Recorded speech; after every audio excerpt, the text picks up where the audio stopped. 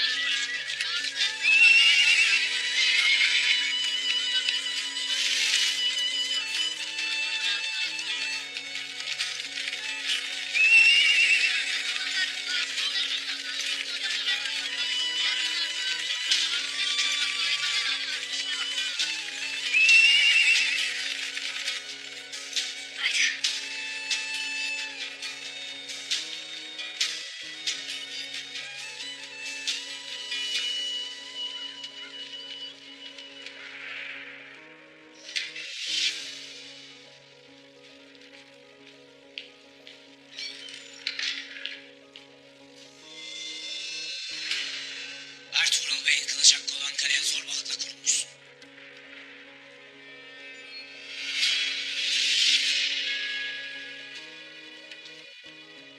Ben buraya Emir Saadettin ve Atabey Altunoba'nın emriyle geldim Sungurtekin. Devletin uçmayı Ertuğrul Bey'dir. Bu toprakları Kılıçaklı'yla ve sultanın fermanıyla almıştır. Emir Saadettin emri sultan fermanından daha mı yücedir ki sen burada akşam kesersin? Emir Saadettin Hazretlerinin adını destursuz almaz mı? Yoksa senin o dilini keserim. Sen kardeşinin sultanımızı katlettiğini işitmedin herhalde.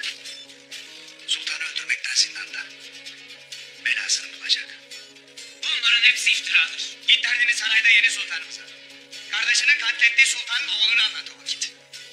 Bu kale de bu topraklarda gayrı benim hükmümdedir. O kadar. Ertuğrul Bey'in hala zindanda olduğunu söylersin. O vakit hüküm verilmemiştir. Suçu kesinleşinceye kadar kimse onun elinden haklarını alamaz.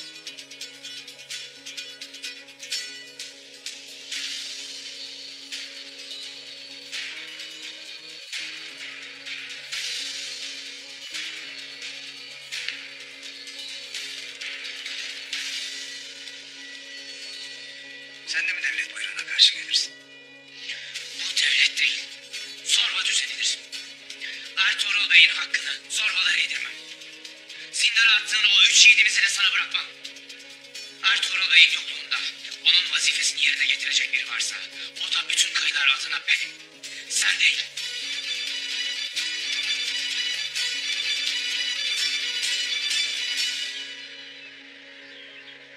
Ertuğrul'un zehirli dilini en iyi ben bilirim. Bir kez yürekte kök saldı mı söküp atmak ne mümkün. Zindanda zincire bağlıyken öldürmesi en kolay. Tez zamanda halledelim bu işi. Asla. Ertuğrul'un ispat edebileceği hiçbir şey yok. Sultanımız da Ertuğrul'un laflarına kanıp anasını itham etmeyecektir. Herkes için de böyle bir şey yaparsa bu onun sonu olur. Emir Saadettin doğru söyler. Yarın bu iş bitecek. Sultanın içini kemiren bütün şüpheler dinecek. Şimdi biz devletin yeni nizamını konuşalım. Her şey hazır Mahperi Hatun. Ordudaki en aşağı rütbeden subaşılığa, saraydaki ahır emirliğinden pervaneliğe ve hatta adalet divanına kadar her yere adamlarımızı yerleştireceğiz. Bunlar bize sorun yaratmazlar inşallah. Merak etmeyesin Altunaba. Hepsi hususi yetiştirilmiş sadık adamlardır. Bugün yerleştireceğimiz bu nizam devleti asırlarca idare edecek. Bir de Türk obaları meselesi var. Çok sevdikleri Sultan Alaaddin Keykubat öldü. Üstüne bir de çok sevdikleri Ertuğrul ve Kılıç Arslan ölünce isyana kalkışabilirler. Gayrı güç bizde.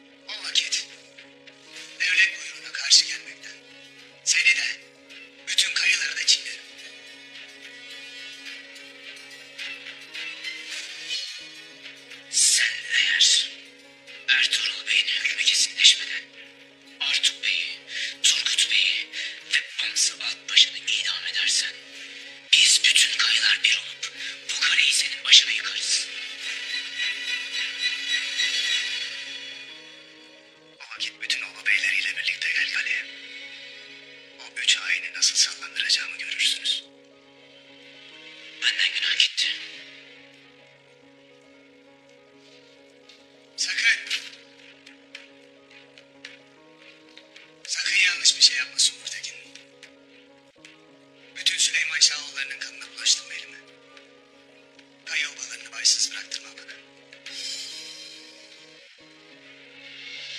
Buraya yeni geldin. Kardeşinle bir olduğunu düşünmek istedim.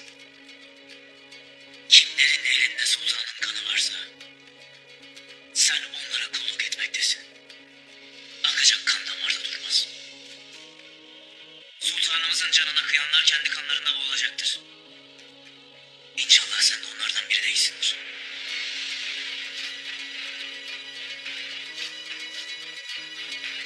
Kafa!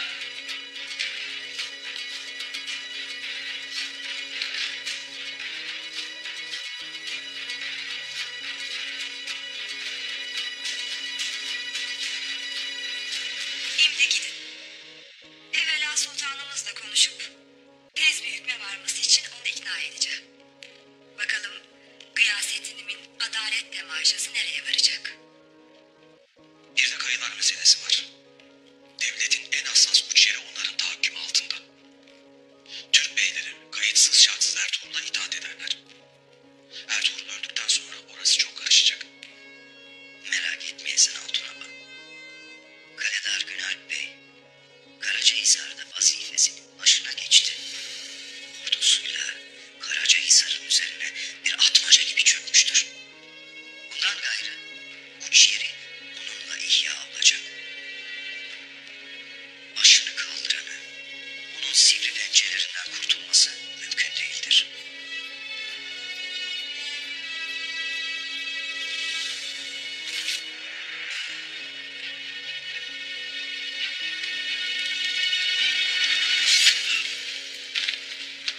Katiller! Sultanımızı da siz öldürdünüz. Devlete isyan edenin sonu bu soysuz gibi olacak. Şimdi bana diyesiniz. Sultan Gıyasettin'in tahta geçmesine isyan edenlerin başında kim vardı?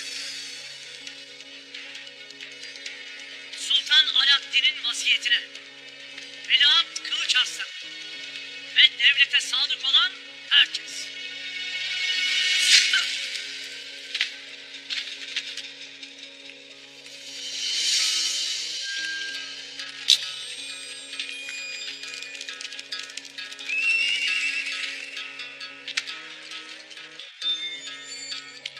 Günalp.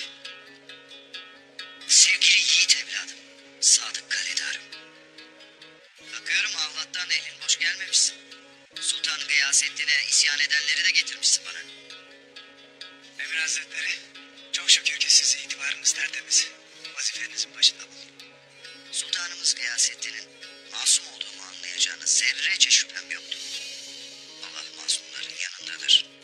Çok şükür. Günalp, evvela sana mühim bir vazife vereceğim. Başım üstüne. Haysiyet celladı Ertuğrul yakında cezasını bulacak.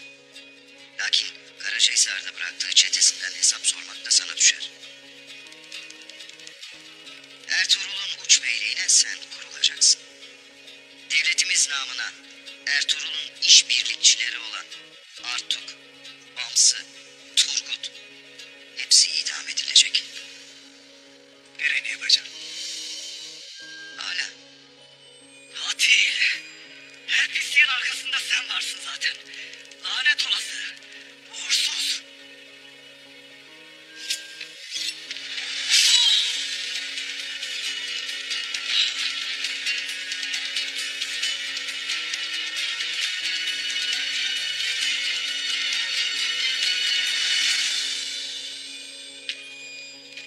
bunlarla vakit kaybetmeyesin Günalp. İmdi doğru Karacahisar'a git. Sultanımız da ben de sana güveniriz. Emrin başım üstüne. Gidelim.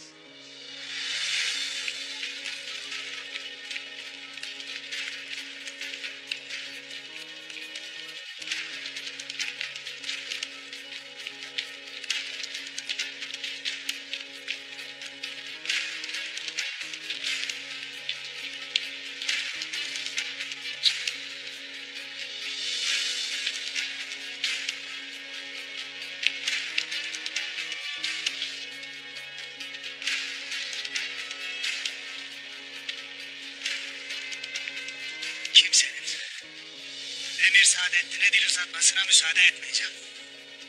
Ben bu devleti korumak için yemin ettim. Ölsem de bu yeminden vazgeçmeyeceğim.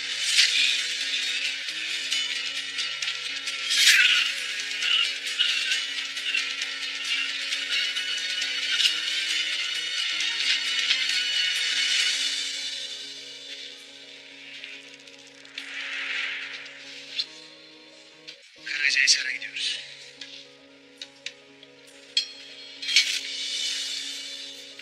Hala.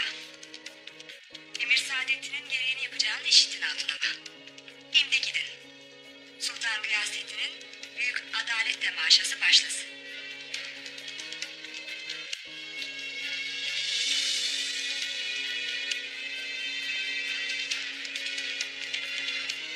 Kapı.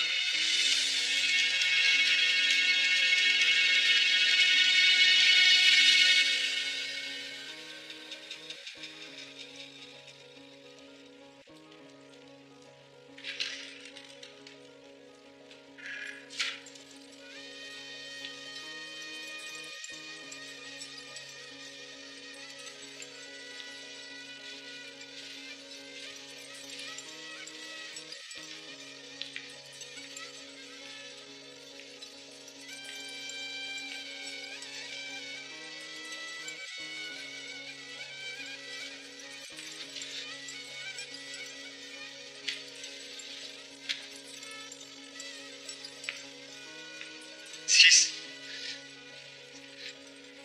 Ben sizi tanıyorum. Ben... Sizi rüyamda görmüştüm.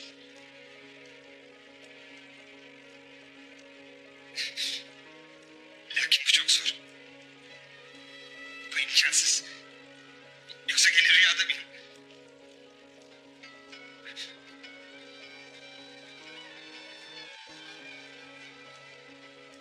Senin gönlüne ari bir iman doldurun. Sana yeniden bir ruh bir hayat veren Rabbimize zor yoktur evlat. Bu ne kadar büyük bir şeref. Allah böyle güzel şeyleri neden bana bahşediyor?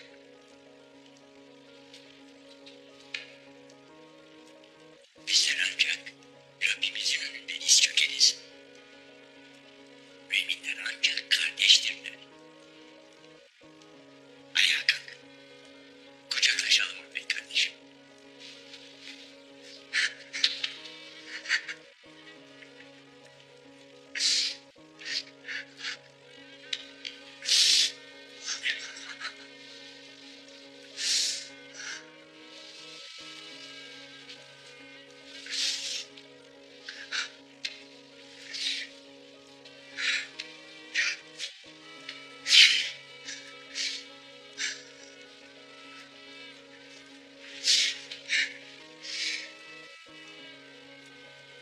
Otur evlat.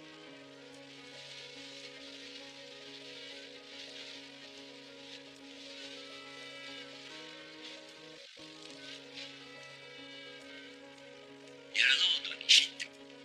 Şimdi nasılsın? Çok iyiyim efendim. Sağ olun. Yaralarım ağırdı. Çok acı çektim lakin şimdi iyiyim. Alpler sağ olsunlar. Bana çok iyi baktılar. Bana Kur'an-ı Kerim bile okudular. Bu benim ruhuma, bedenime, yaralarıma, acılarıma bile iyi geldi. Maşallah, maşallah. Senin bu ahvalin bana Hazreti Ali Efendimizin bir hadisesini hatırlattı. Bir cenkte Hazreti Ali Efendimizin bacağına bir ok saplanmış. Ok kemiğe kadar dayanmış. Bir türlü çıkarılamamış. Hazreti Ali Efendimiz çok acı çekiyormuş. Hekim, bu ancak acıyı hissettirmeyecek bir ilaç verilirse çıkartılabilir demiş. Hazreti Ali, ilaca ne hacet? Ben namaza durunca onu çıkartın demiş.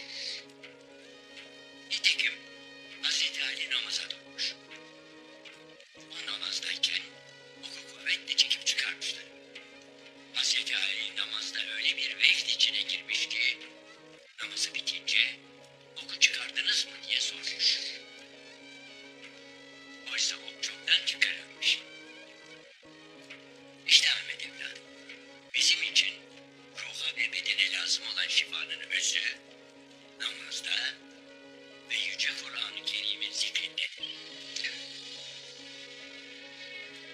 Namazı öğrenmek benim de aklımda ve kalbimdeydi. Ancak yaralarım çok ağırdı.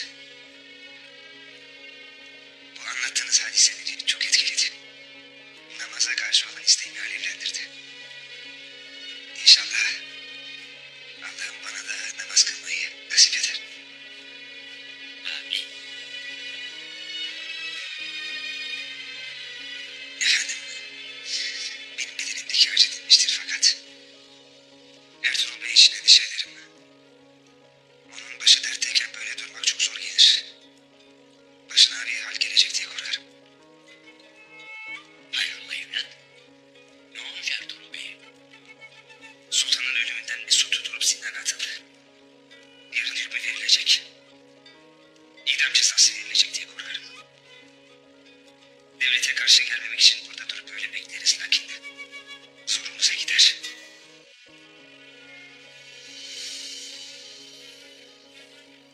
Vay.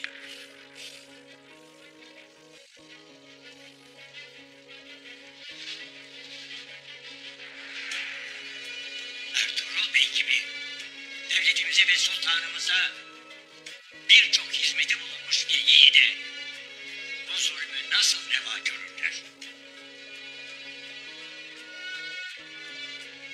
Belli ki makam hırsıyla gözü kör olmuş kişiler devletimizi kuşatmışlar. Ruhları kararmış kişiler alem İslam'ın hamisi olan Selçuklu devletine zarar verecekler.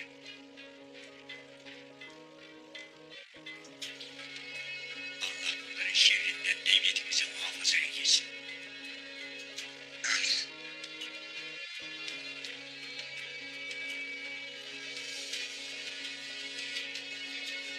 Gün gelir, devran döner evlat.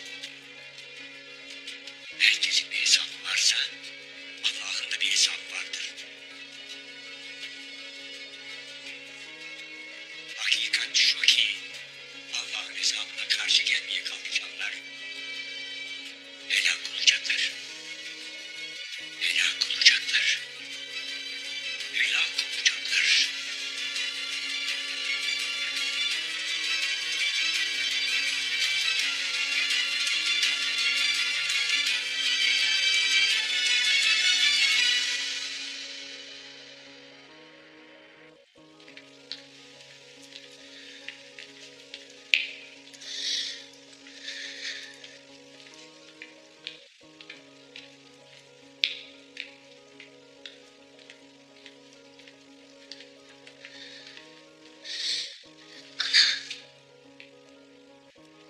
Ne vakit bu saraya gelsem içime bir kasvet dolar. Burada ne acılara göğüs gerdim.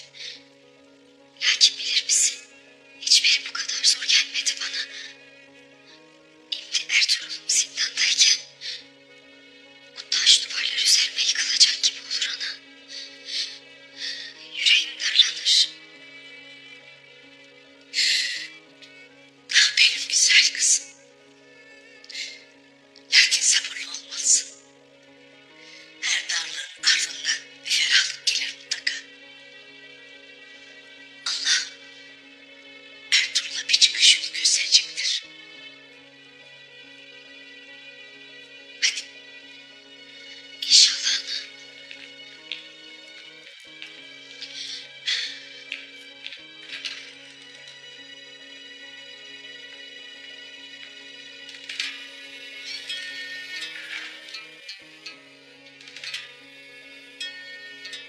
Buraya Ertuğrul'un masum olduğunu söylemeye geldiyseniz beyhude. Dönüp gidesiniz. Mahmere Hatun.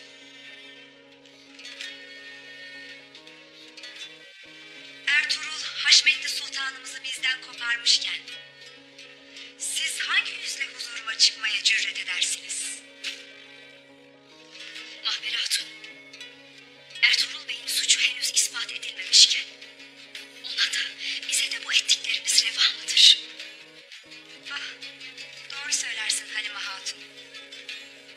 Sizi sırça köşklerde ağırlamalıyım.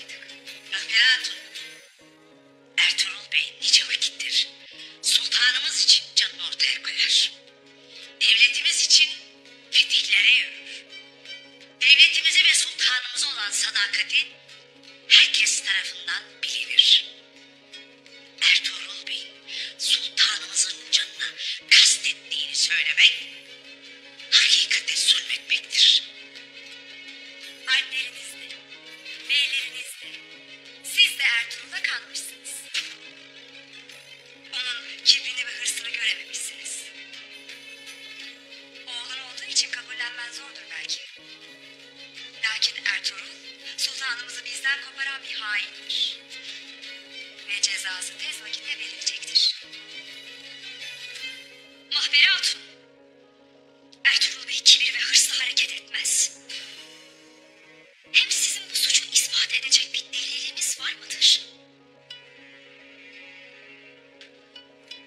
Bunların hepsi kuru bir iftiradır. Emir Saadettin'in oyunlarıdır. Kendi üstündeki kara lekeyi Ertuğrul Bey'in üzerine bulaştırmak ister. Sizler de bu oyuna alet olmaktasınız. Emir Saadettin, devletine hizmetleri herkesçe bilinen önemli bir kişidir. Sultanımıza yakın olduğu için Ertuğrul onun makamına göz dikti. Ve Keferi'nin sözleriyle sultanımızın aklını karıştırmaya çalıştı. Lakin başaramadı. Şimdi adalet tahakkuk edecek ve Ertuğrul ibreti alem için idam edilecek. Ertuğrul Bey'in derdi ne bir avuç toprak ne de makamdır Mahperi Hatun. O yalnız hakkın önünde eğilir, yalnız hakkın davasına hizmet eder. Lakin görürüm ki sen dahil bu saraydaki herkes makam mevki önünde eğilirsiniz. Sen kimle konuştuğunun farkında mısın? Hadsiz. Tez sarayımdan defol. Yoksa Ertuğrul'la birlikte sizi de dar ağacında sallandırırım. Ertuğrul Bey'imiz bu haldeyken bizim canımızdan pervamız yoktur Mahperi Hatun. Mahperi Hatun, biz buraya Ertuğrul Bey'in masum olduğunu söyleyip size yalvarmak için gelmedik. Biz zindana varıp helallik almak için geldik. Şimdi Ertuğrul Bey'i görmemize müsaade edin. Sultanımın canına kıyan bir hainin değil anasıyla hatunuyla görüştürmek, önüne bir kap aş, bir kap su verilmesine dahi müsaadem yoktur. Şimdi tez huzurumdan çıkıp sarayı terk edesiniz. Hadi kızım. Baksana. Yüreği taşlaşmış. Ne sözümüzü dinler, ne acımızdan anlar.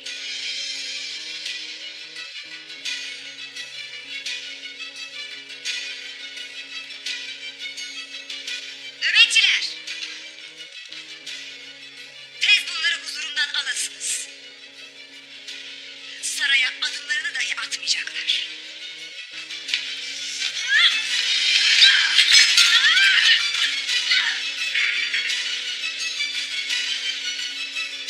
Senin ne haddine be Hatun Bey sürmek? Biz kendimiz gideriz.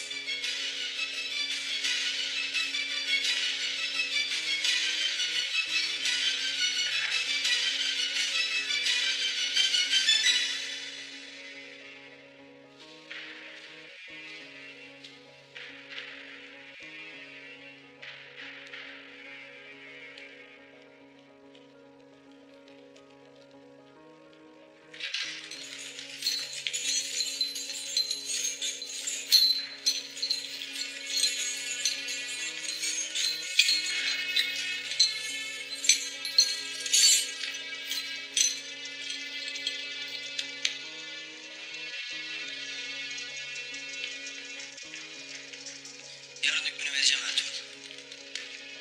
İkimiz de sırf bunu söylemek için beni huzurunuza getirmediğinizi iyi biliriz sultanım. İçinizdeki adalet duygusu örselenirken benden medet umarsınız. Sana bir teklifte bulunacağım Ertuğrul. Eğer suçunu itiraf edersen, o bana ve babamın verdiği haklara dokunmayacak. Sultanımızı öldürdüğümden emin olaydınız, beni Konya'ya getirmez, tahta çıktığınız Kayseri'de işimi çoktan görürdünüz. Mahperi Hatun'la Altun Aba'nın babanızın katili Saadettin Köpek'le işbirliği yaptığını kabul etmek istemezsiniz. Yeter! Anama gecesi Ertuğrul. Bu sana son ikazım. O halde ben de sizi babanızın katiline götürecek bir malumat vereceğim. Babanızın çaşnıgiri Nasrettin Ali. Saadettin'in emriyle sultanımızın yemeğine zehir koyan oydu. Babama çok yakındı. Senelerdir onun yanındaydı. Şimdi de kelleni kurtarmak için ona mı iftira atarsın? Yarın onu hükmünüzü vermeden önce huzurunuza getiresiniz. Madem beni adaletle yargılamak istersiniz, Çaşnıgir'e diyeceklerimi herkes duysun isterim. Neden ondan şüphe edersin? Bilirim ki Çaşnıgir Nasrettin Ali vaktiyle Emir Saadettin'in kölesiydi. Onu saraya sokan da, babanızın yanında tutan da Emir Saadettin'di. Dediğini yapacağım Ertuğrul. Hala itiraf edip babanı kurtarabilirsin. Yalanla ne adalet ne de devlet abad olur. Evvela siz bunu öğrenesiniz sultanım. Babamın ikbali için bugün yalan söylersem yarın o yalanın zehri daha büyük acılar açar başımıza. Evlatlarıma, kayılara öyle kirli bir miras bırakmayacağım. Sözlerimin sonuna kadar arkasındayım. Adalet üzere olasınız sultanım. Sakın ola babanızın katillerinin elinde murdar olmayasınız. Yalan. Senin söylediğin her söz yalan. Hala beni kandırmaya çalışırsın. Anam masum. O asla babamı öldürmez. Hala şüpheleriniz var içinizde bilirim. Siz de sultanımız gibi yiğit ve adilsiniz. Genç yaşta kimsenin yüklenemeyeceği büyük bir yük aldınız omuzlarınıza. Bu yükün altından hakkıyla kalkabilmeniz için adil olasınız. İnanırım ki içinizi kemiren şüpheler sizi hakikate götürecektir. Götürün bu adamı huzurumdan.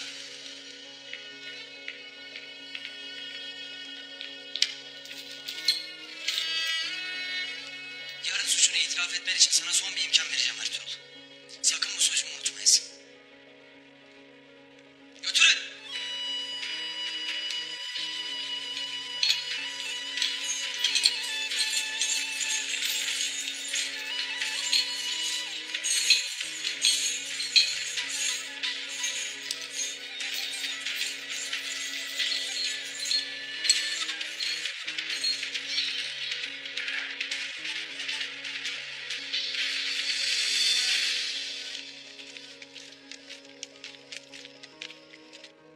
Gizli geçit kalenin içinde ikiye bölünür.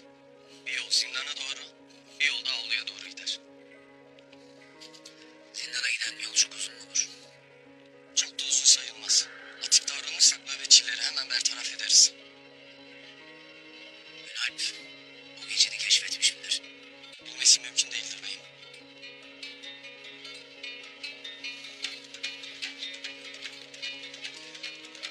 O vakit Arthur Bey'i, Turgut Bey'i, Akse'yi gizli geçitten girip kurtaracağız. Ve geldiğimiz gibi de döneceğiz. Ya sonrası beyim? Sonrası... Sonrasında yolumuz çetindir kardeşler. Dağda düzde kurtlar gibi gezeceğiz. Elimizde pusat at üstünde uyuyacağız. Gerekirse aç, gerekirse susuz kalacağız. Lakin devletin koynuna sızmış yılanların elinden kurtaracağız. Şimdi bugün burada herkes ant versin.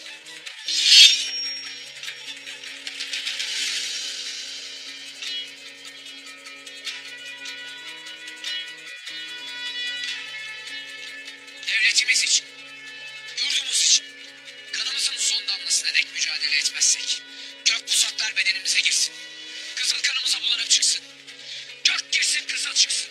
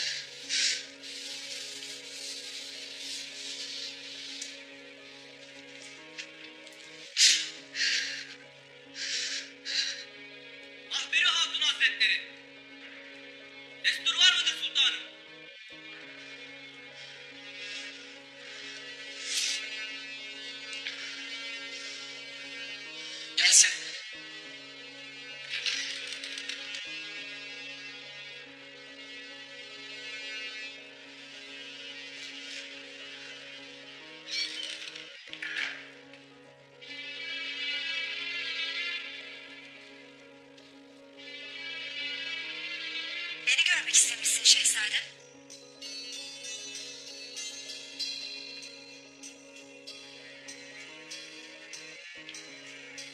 Çarşıgir Nasurettin Ali.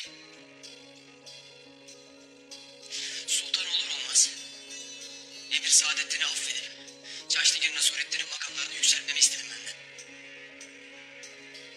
Ne demek istersin oğul? Babam.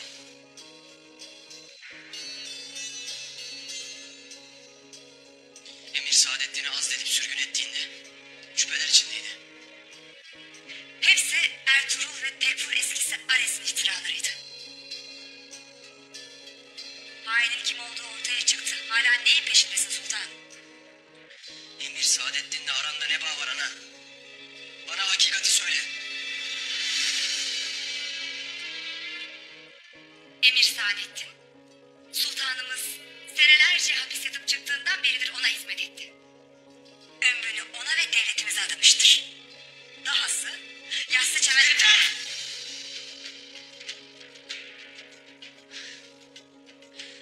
Yeter ana. Ben bıktım. Saadettin'in sadakatini dinlemekten bıktım. Babam onu niye azletti? Siz onu niye tekrar vazifesinin başına geçirdiniz? Söyle!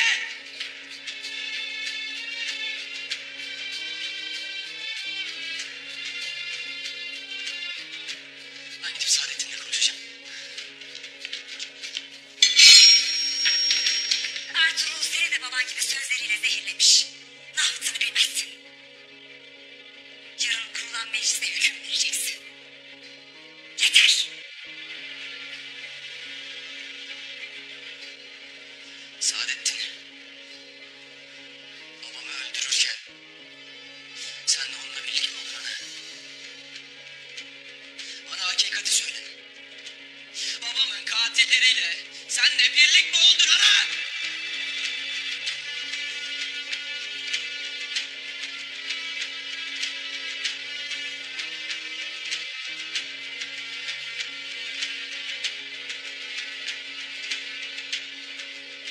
Köpek sadece benim verdiğim emirleri yerine getirdi. Tıpkı Altınova gibi. Ertuğrul'u idam ettirmezsen bunun ucu bize kadar varacak. Gayrı durasın. Demek benim atabeyim de işin içinde ha? Ertuğrul haklıymış. Katiller. Katiller!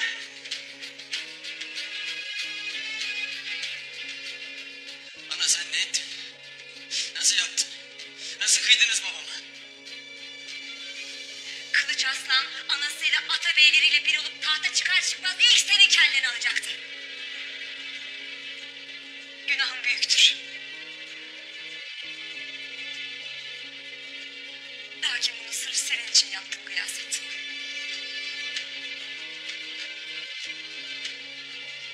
Senin ismini bu işe karıştırmamak için yaptım.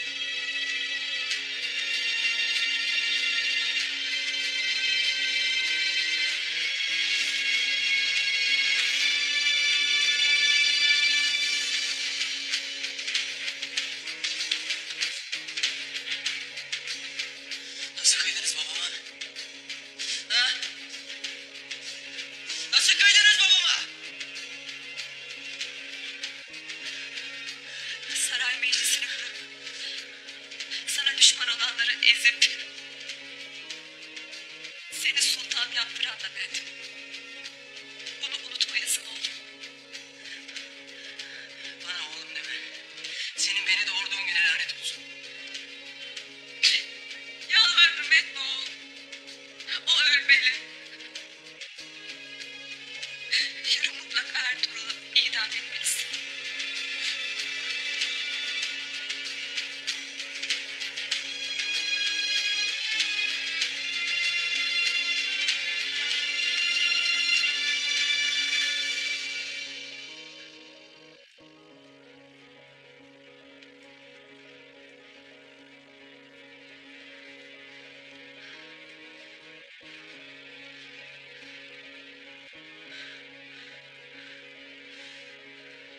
Şerefimiz için Ertuğrul ölecek. Ama Ama şunu bilesin ki sırf devletimizi ve soyumuzu kirletmenize mani olmak için onun kanına gireceğim. Onun tek suçu babama olan sadakatiydi.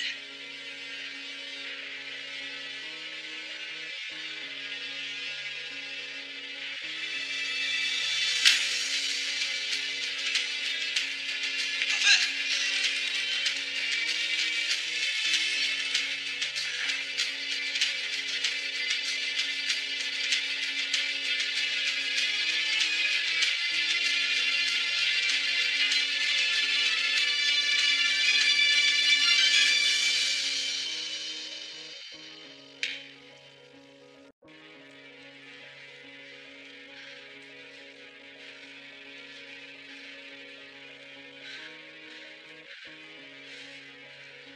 Şerefimiz için Ertuğrul ölecek. Ama şunu bilesin ki sırf devletimizi ve soyumuzu kirletmenize mani olmak için onun kanına gireceğim. Onun tek suçu babama olan sadakatiydi.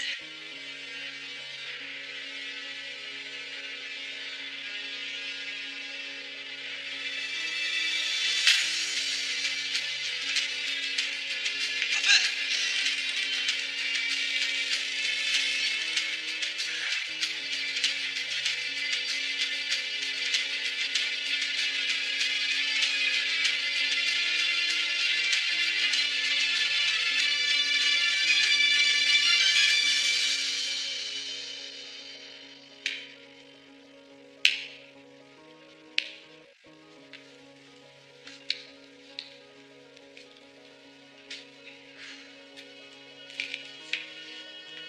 Sungur Tekin Bey, Kaleder Günalp'le konuşmaya geldiyse onun ettiklerini yanına koymayacaktır.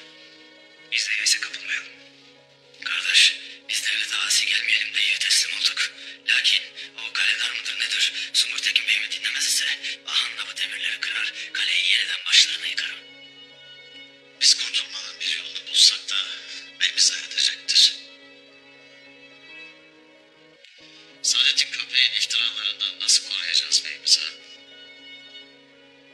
Moğollardan, böyle tüccarlardan kurtuldu lakin bu sefer vaziyet hiçbirine benzemez. Ah kardeşim, şuradan bir çıkabileydik. Hatunumla balacığımı görmeden 4 nolu Ertuğrul Bey'imin yanına giderdim. Bu sefer hainler devletin bütün güçlerini arkalarına alıp üstümüze gelirler. Beyimizin akıbeti her ne olursa olsun asla onun yolundan dönmeyeceğiz. Bu sefer bir olacağız. İri olacağız. Diri olacağız. Hele buradan bir kurtulalım. Hele buradan bir kurtulalım. Hiç kimsenin Ertuğrul Bey'in yolundan dönmesine göz yummayacağız.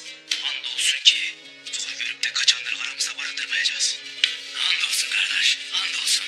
Ne dönücü ne de Ertuğrul Bey'imizin yolundan, davasından döneni affedici. Andolsun. Eyvallah.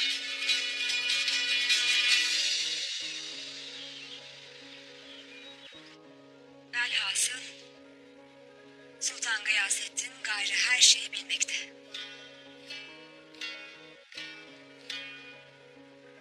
Kellesi uğruna başımızı ortaya koyduğumuz sultanımızın elinden ölmek varmış kaderde. Sizi oğlumun çocukça bir şey yapmasından koruyacağım demiştim. Dediğimi de yapacağım. Size dokunmasına asla müsaade etmeyeceğim. Evvela beni öldürmesi gerektiğini bilmekte.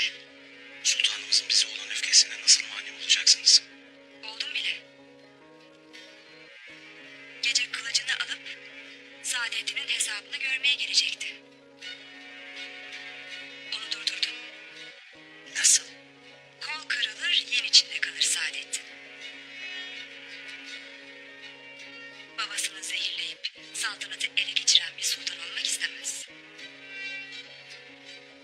Ya Ertuğrul?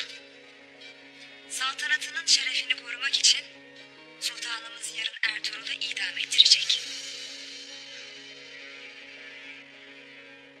Hala.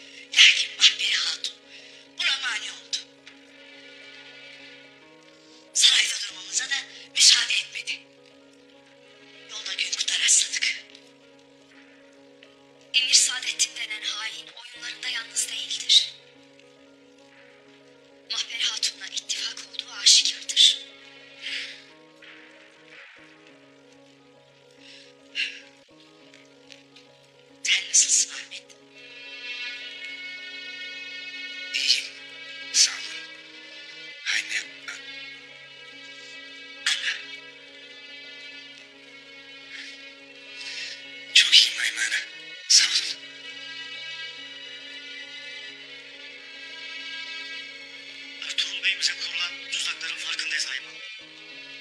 Beyimizi kurtarmak için kendi canımızı ortaya koyacağız. Bilirim evladım, bilirim. Alplerle konuştu Hayman.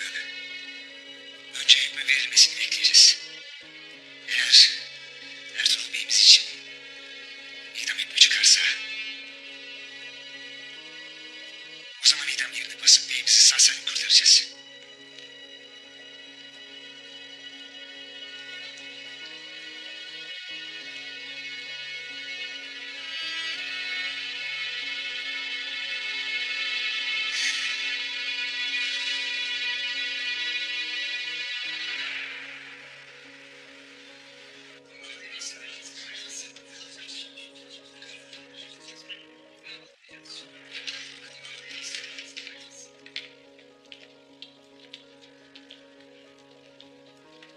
Sultan Gıyasettin Keyhüsrev Hazretleri.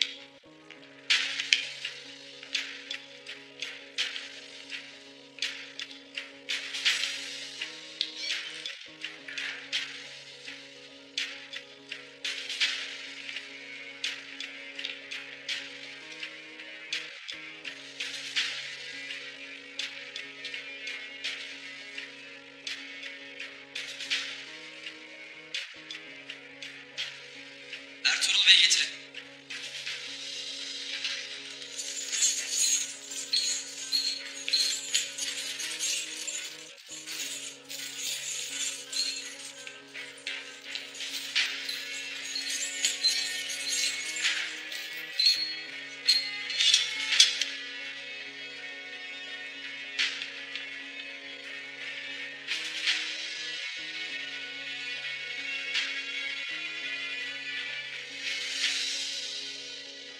Ertuğrul Bey. Sultan Alaaddin Keykubat Hazretlerini öldürmekten yargılanmaktasın. Hükmümü vermeden evvel seni dinlemek isterim. Bugün beni burada ipe de götürseniz, azat da etseniz, burada yapılan bu adaletsiz yargılama ve benim üzerime atılan bu kara leke, bundan mesul olanların alnından bir ömür boyu silinmeyecektir.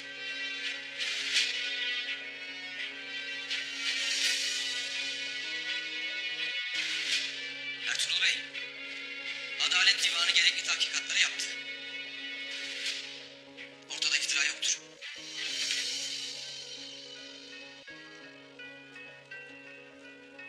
Eğer Adalet Divanınız adil olsaydı, siz de hakikatlere göre hüküm verseydiniz, bu meclistekilerin yarısı burada olmazdı. Ne demek istiyorsun?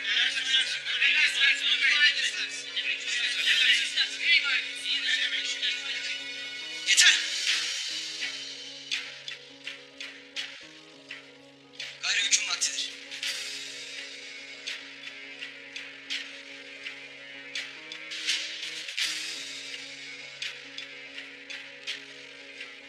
Hükmümdür. Kayı Bey Süleyman Şahoğlu, Ertuğrul Bey'i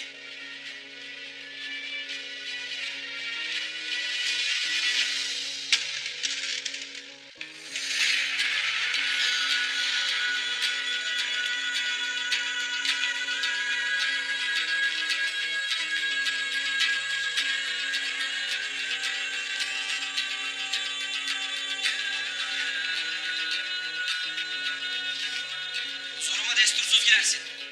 Sen de kimsin?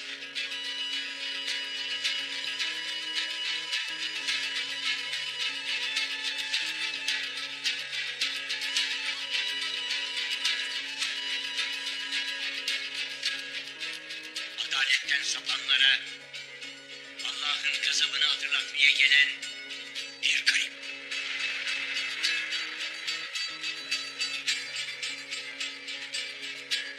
Adım İbn Arabi.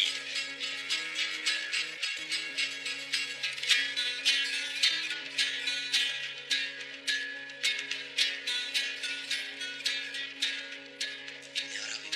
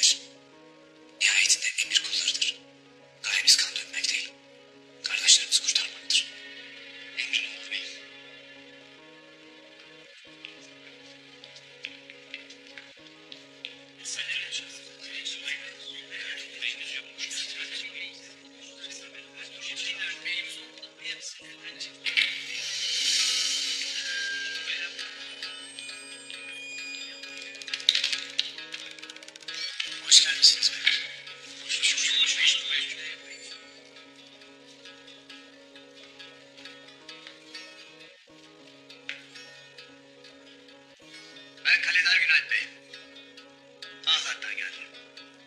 Gayrı, Karacahisar'ın ve bu toprakların idaresi bendedir. Ertuğrul Bey'iniz sultanımızı zehirleyip onun canına kıymaktan hükümlüdür.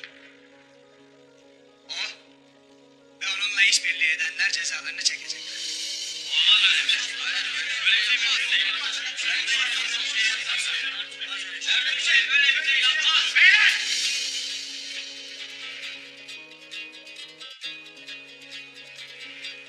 Gayrı bu toprakların hakimi benim. Siz de bundan sonra kime itaat edeceğinizi iyi belleyesiniz.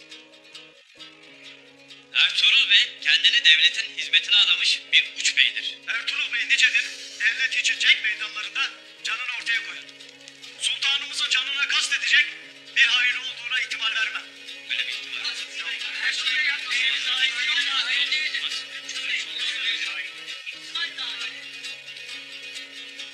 Siz ne ihtimalinden bahsedersiniz beyler?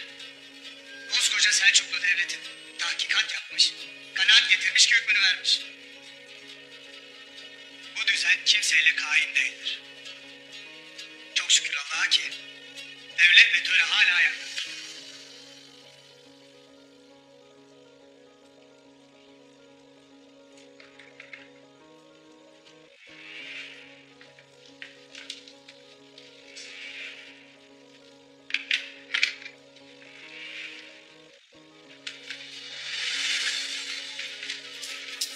Bu altınlar devletimizin size ihsanıdır. Siz de devletimizin buyruğuna itaat edesiniz.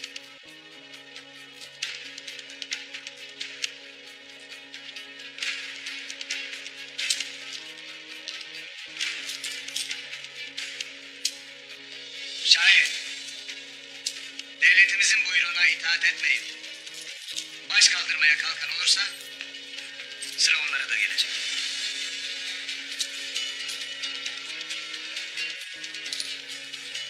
Ne edelim? Devlet buyruğuna boynumuz kıllanınca.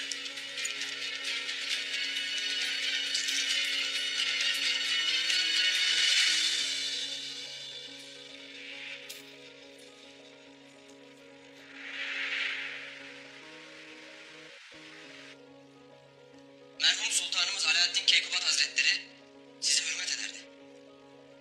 Şimdi burada bulunma sebebiniz ne ola?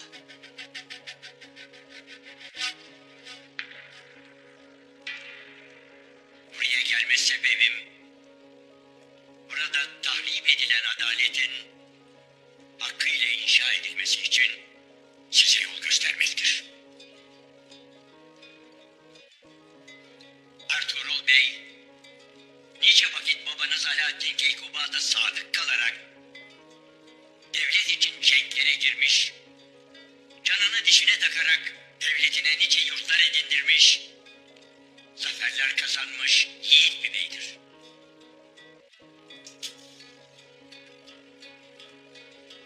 Şimdi bir kara iftira ile Ertuğrul Bey'e reva görülen bu muamele vicdana da, merhamete de, adalete de, hakikate de zulümdür.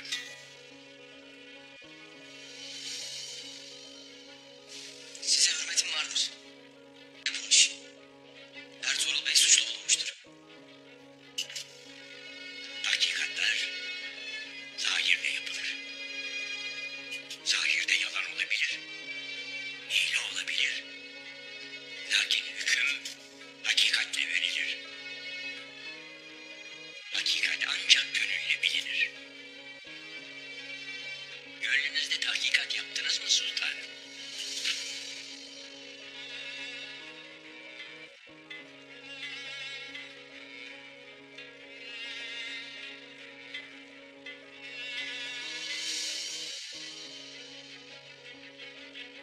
Gözlerinizde gördüğüm tereddüt, vereceğiniz karardan emin olmadığınızı gösteriyor.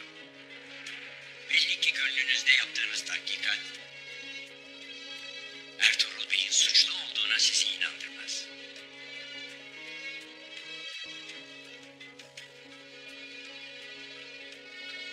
Sultanım, hadsizlik etmek istemem. Lakin sizin kararınızı sorgulamak bir dervişin haddine midir? Sultanımız Alaaddin Keykubat Hazretleri ve herkes sizin alimliğinize hürmet etmiştir. Lakin alimliğiniz size adalet divanında söz söyleme hakkı vermez. Hem Ertuğrul Bey'i korumak sizin üzerinize vazifedir.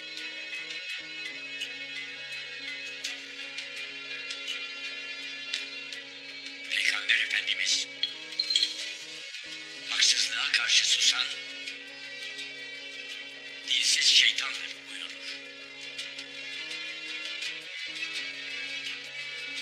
Ertuğrul Bey haklıdır ve zulüm altındadır. Biz burada hakikati müdafaa ederiz. Hakikati gören kişi hakikatten mesul. Hem ilmiyle amil olmayan alimin, alimliği de ilmi de yere batsın. Hakikati can pahasına da olsa müdafaa etmeyen alim değil, zalimdir.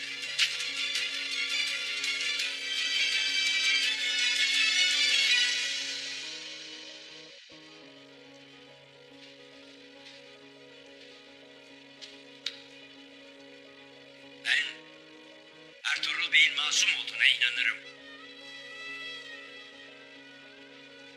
Ona kefilim.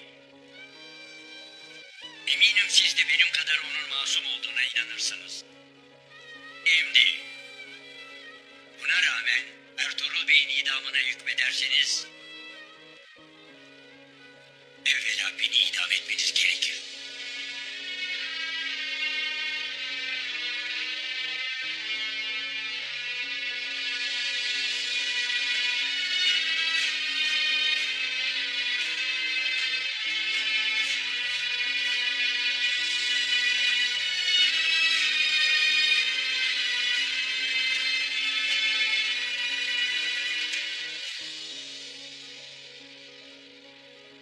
Hükmümdür. Delillerin yeterli olmadığını, merhum sultanımızın Ertuğrul Bey'e olan itimadını ve İbni Arabi'nin kefilliğini göz önünde bulundurarak Ertuğrul Bey'in masum olduğunu ve azat edilmesi gerektiğine kanaat getirdim. Sultanım nasıl olur? Sultan, bu adam yeter! Sultan ben miyim, siz misiniz? Herkes haddini hududunu bilsin.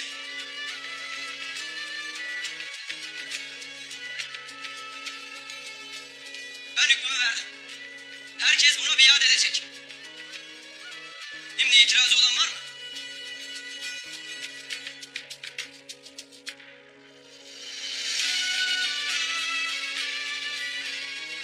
Ertuğrul Bey ayağa kalkılsın.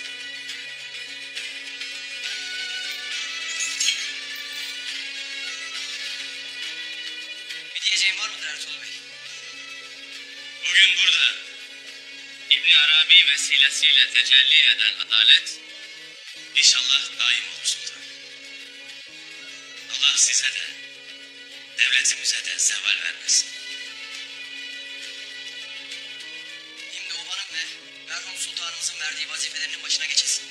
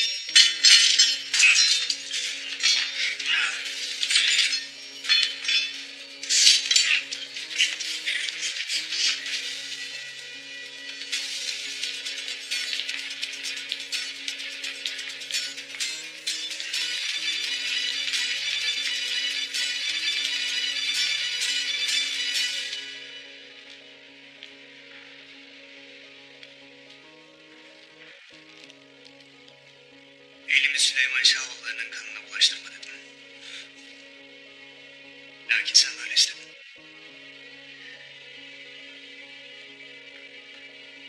Avluya birer dar ağacı da bunlar için kur.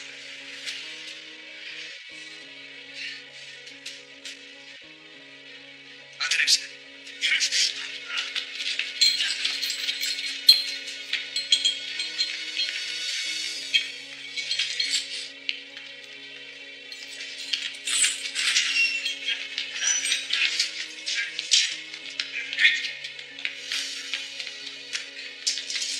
Geç.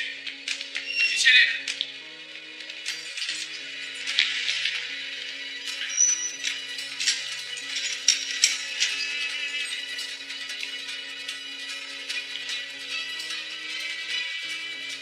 İyi misiniz kardeşler?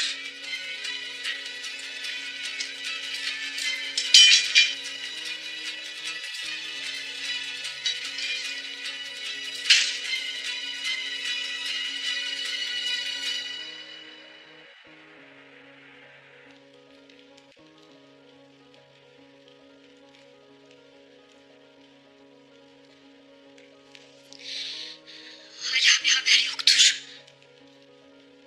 Öyle beklemek beni yiyip bitirir ana. Halime Hatun. Yarın sabah erkenden yola çıkarız. Verilecek bir tane canım kalmıştır, o da Ertuğrul Bey fedadır.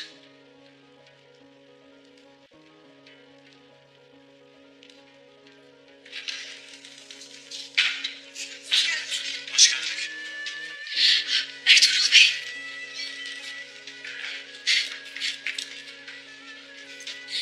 Hoş geldin. Hoş gördük Halime. Hoş gördük. Çok şükür. Çok şükür. Ahmet, beyim. İyi gördüm seni. İyiyim, iyiyim. Sen nasılsın? Yedim. İyiyim.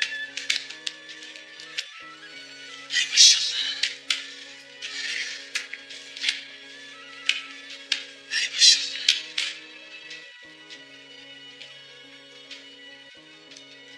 İbn Arabi'nin yardımıyla adalet yerini buldu. Kıymetli canını ortaya koydu. Sultan Gıyasettin masum olduğumu kabul etti ana.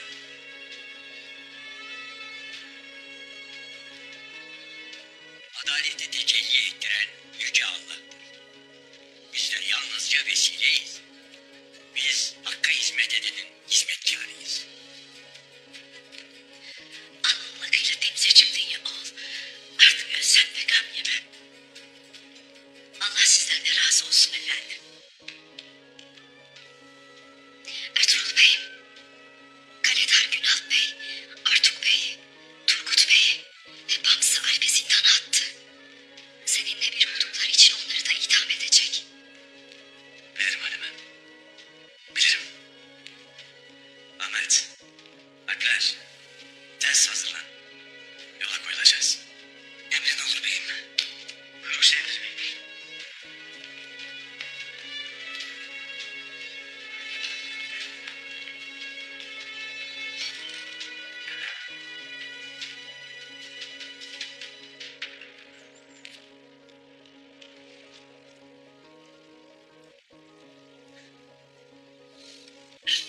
Biraz daha tez davransaydık hepimiz kurtulmuştuk. Sungur Bey, sen elinden geleni yaptın. Gayrı daha fazla harap etmiyorsun kendini. Gelir gelmez kendini bizim için ateşin içine attın. Beyim, çıkmadık candan ümit kesilmez. Gün ona darman. Ya kardeşim?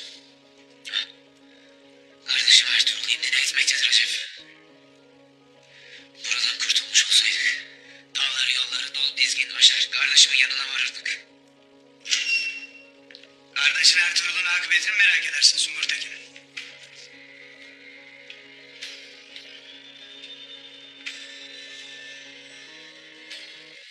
Bugün onun hüküm günüydü. Çoktan ilan edilmiştir. Zerrece adalet varsa beyimiz buraya dönecek. Hiç umutlanmayın. Onun daracı da sizinkiler gibi çoktan hazır edilmiştir.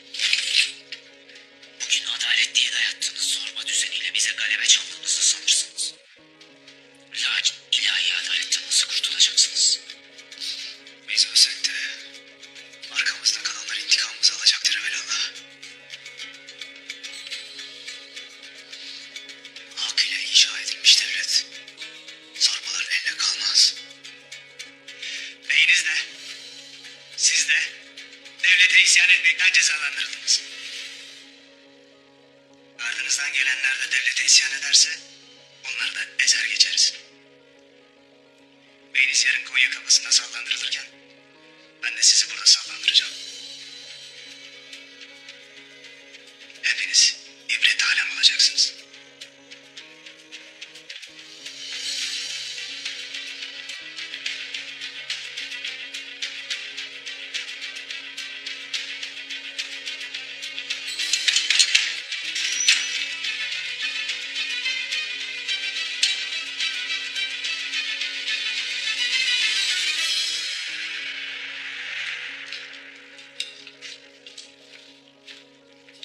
Ertuğrul Bey, haberini aldığımızdan beri yüreğim bu ateşten daha beter yandı. Saraya kadar geldik. Lakin seni görmemize dahi müsaade etmediler.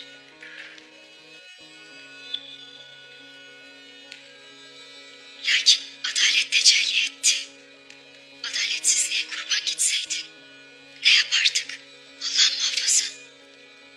Biz doğru oldukça eğri belasını bulacaktır Halime.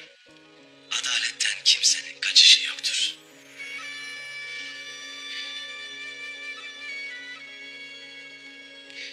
Şimdi ne yapacağız beyim? Bu mesele burada bitmiş değildir Halime. Sultan Gıyasettin anasının da Atabey'inin de Saadettin'le bir olup babasını öldürdüğünü bilir. Lakin anasının şerefini korumak için susacaktır. Bundan gayrı Saadettin sultandan daha kudretlidir. Halimem, gayrı sırtımızı yasladığımız bir devletimiz yoktur. Ne yapacağız Ertuğrul? Şimdi bizim için yeni bir kapı aralanmıştır. Lakin bu kapının eşiği dar, geçidi ateştendir. Lakin bilirim ki akıbeti hayırdır. Biz yürüdüğümüz yolda bakmadan, usanmadan azimle yürümeye devam edeceğiz. İnşallah Allah'ın yardımı da bizimle olacaktır. Haydi, yola çıkma vaktidir. Gidelim bey.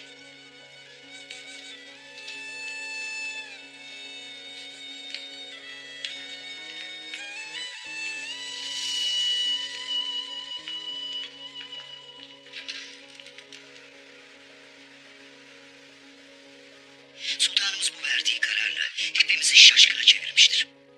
Meczup bir dervişin sözüne uyup onu azat etti. Bu olacak şey değildir. İnşallah bu devletimiz için kurduğumuz güçlü ittifaka zarar vermeyecektir. Bundan şüphen mi var Saadet? Oğlum kendince gereğini yaptı. Biz de gereğini yapacağız. Altın Ava, Şehzade Kılıç Aslan'la anasını öldürmek için yola koyuldu bile. Hala. Emin olun ben de Ertuğrul için gereğini yapacağım. Günalp, söylediğin kadar Ertuğrul'un dişlerini sökecek kadar kudretli midir Saadettin? Ziyadesiyle. Sadece bu da değil Mahperi Hatun. Ertuğrul Karacahisar'a vardığında en güvendiği beyleriyle alp başını ölmüş olacak. Bu kadar da değil Mahperi Hatun. Evvela devletimizin batı sınırında sulhu temin edip Ertuğrul'u oğlunu öldürdüğü Bilecik Tekfuru'nun önüne atacağım. Devlet tecrübenle göz doldurursun Saadettin. Vazifenin bir hakkın yerine getireceğinden tereddütüm yoktur. Lakin benim bir tereddütüm vardır. Ola ki Sultan Gıyasettin adalet meselesinde rahmetli babası gibi ısrarcı olursa bu hiçbirimiz için iyi olmaz. Oğlumun ellerini istemeden de olsa babasının kanıyla yıkadım. O eller ömür boyu bana hizmet etmeye mecbur olacak. Allah sizi başımızdan eksik etmesin Mahperi Hatun.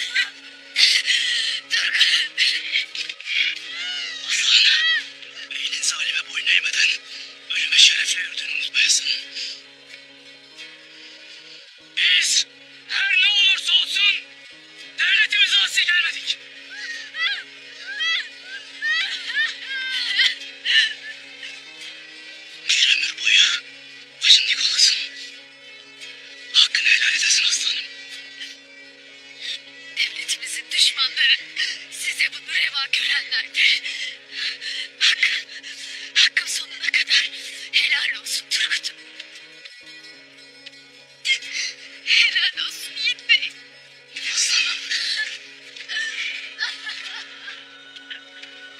Bey, bırak! Zalimler! Zalimler! Bırakın!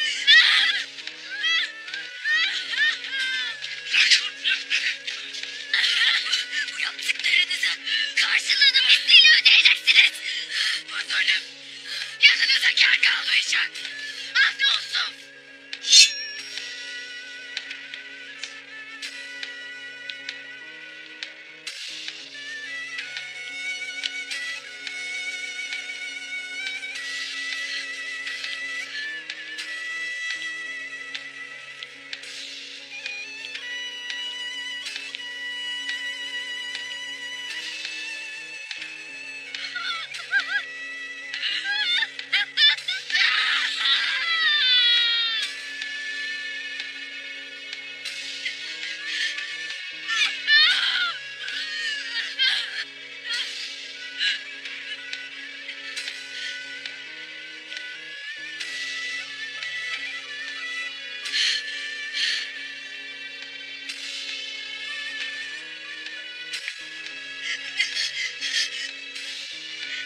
Cömert Bey.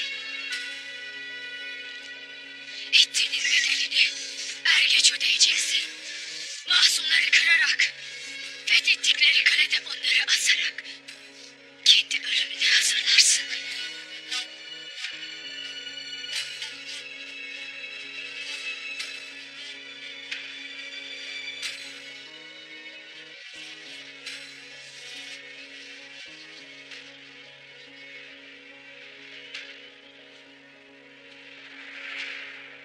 Bugün buraya sultanımızın canına kasteden hainlerin cezasını vermeye geldik. Bu ceza burada kesilip bitmeyecek.